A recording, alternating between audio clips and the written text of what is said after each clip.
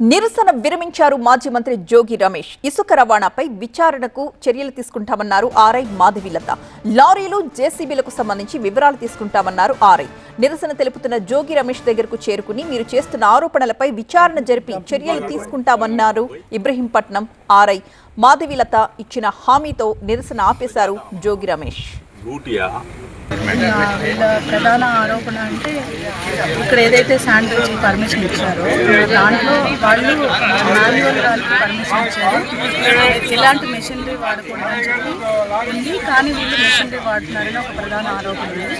దాని గురించి మేము ఖచ్చితంగా మా పై అధికారుల ఆదేశాల ప్రకారం మేము దాని గురించి ఎంక్వైరీ చేసి ఇక్కడ ఏదైతే ఆరోపణ చేస్తున్నారో దాని గురించి ఖచ్చితంగా ఎంక్వైరీ చేసి తదుపరి అదంటే మా పై అధికారులకు తెలియదు.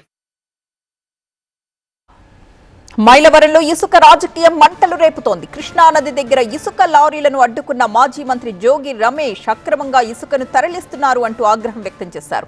స్పాట్ నుంచే జాయింట్ కలెక్టర్ కు ఫోన్లో ఫిర్యాదు చేశారు. అధికారులు వచ్చేంత వరకు అక్కడి నుంచి కదిలేదే లేదని భీష్మించుకుని కూర్చున్నారు. లారీలకు అడ్డుగా నిలబడి నిరసన తెలిపారు.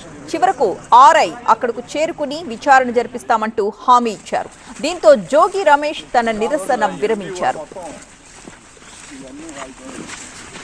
దాంగూరు రోడ్లో 20 నిమిషాలు ఉన్నాయా?